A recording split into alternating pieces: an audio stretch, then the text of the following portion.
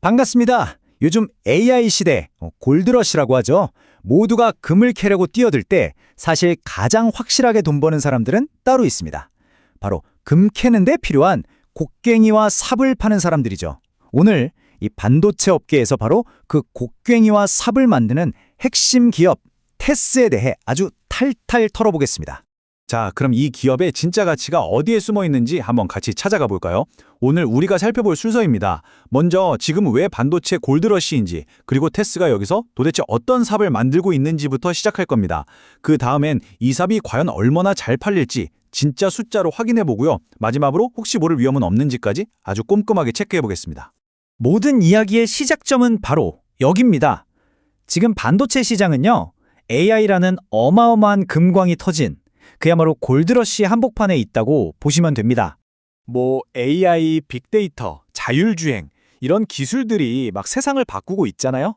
근데 이게 다 치명적인 약점이 하나 있어요. 바로 이걸 움직일 뇌, 그러니까 첨단 메모리 반도체가 턱없이 부족하다는 겁니다. 그래서 지금 업계 전체가 이 질문에 대한 답을 찾고 있는 거죠. 이 엄청난 반도체 수요를 대체 어떻게 감당해야 하나? 바로 이 지점에서 반도체를 만드는데 꼭 필요한 장비를 공급하는 기업들, 다시 말해 삽을 만드는 기업들이 등장합니다. 그리고 오늘의 주인공이 바로 이 테스입니다.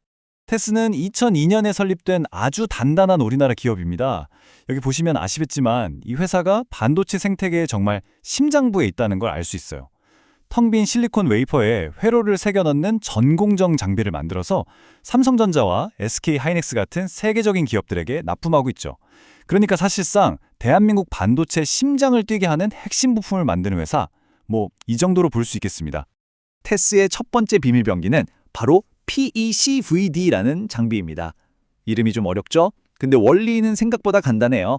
웨이퍼라는 하얀 도화지 위에 우리 머리카락보다 수천 배는 얇은 아주 특별한 막을 정교하게 싹 덮어 씌우는 일종의 나노 코팅 기술이라고 생각하시면 아주 쉽습니다.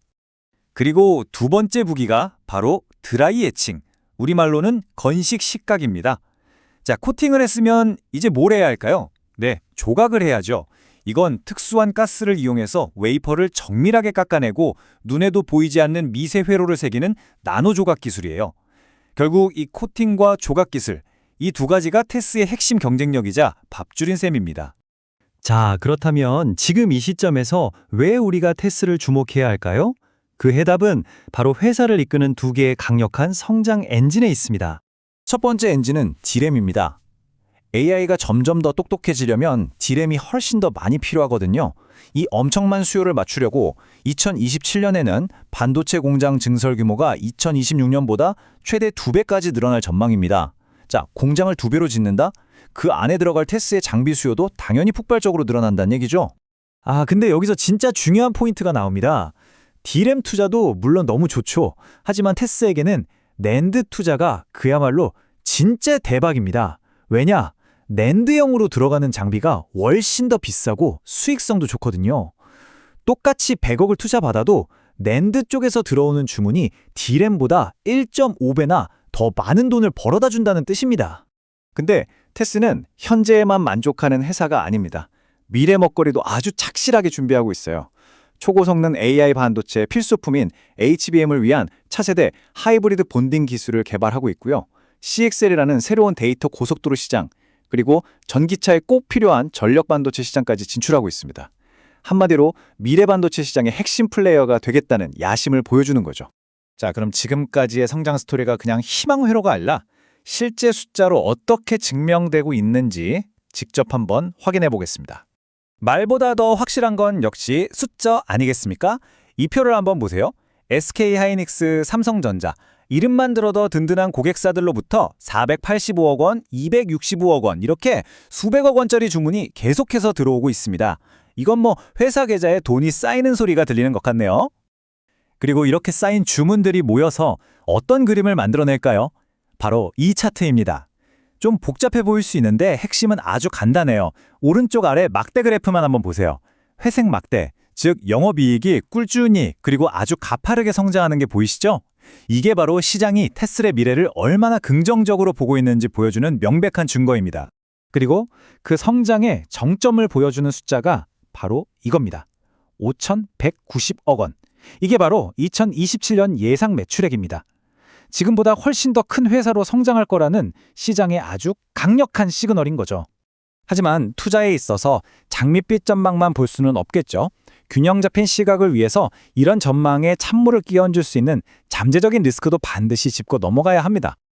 가장 큰 리스크는 역시 피할 수 없는 산업 사이클입니다. 반도체 산업은 경기를 굉장히 많이 타거든요. 뭐랄까 호황과 불황으로 오가는 롤러코스터 같다고 할까요? 만약에 세계 경기가 갑자기 꽁꽁 얼어붙으면 삼성전자나 SK하이닉스 같은 큰 손들이 투자를 줄이거나 미룰 수 있고, 그럼 당연히 테스 실적도 바로 타격을 입게 됩니다.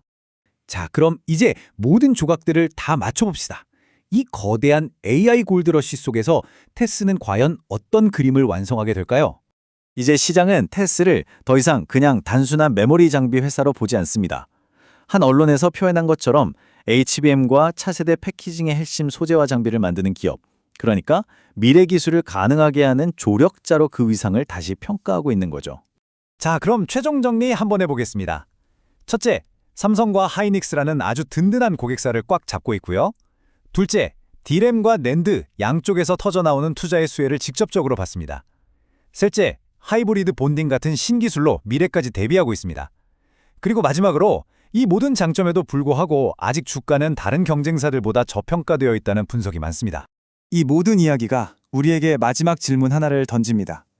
AI가 세상을 바꾸는 이 거대한 기술의 골드러시 한복판에서 어쩌면 금을 직접 캐는 것보다 그들에게 없어서는 안 될 곡괭이와 삽을 파는 것이 가장 현명한 전략이 아닐까요?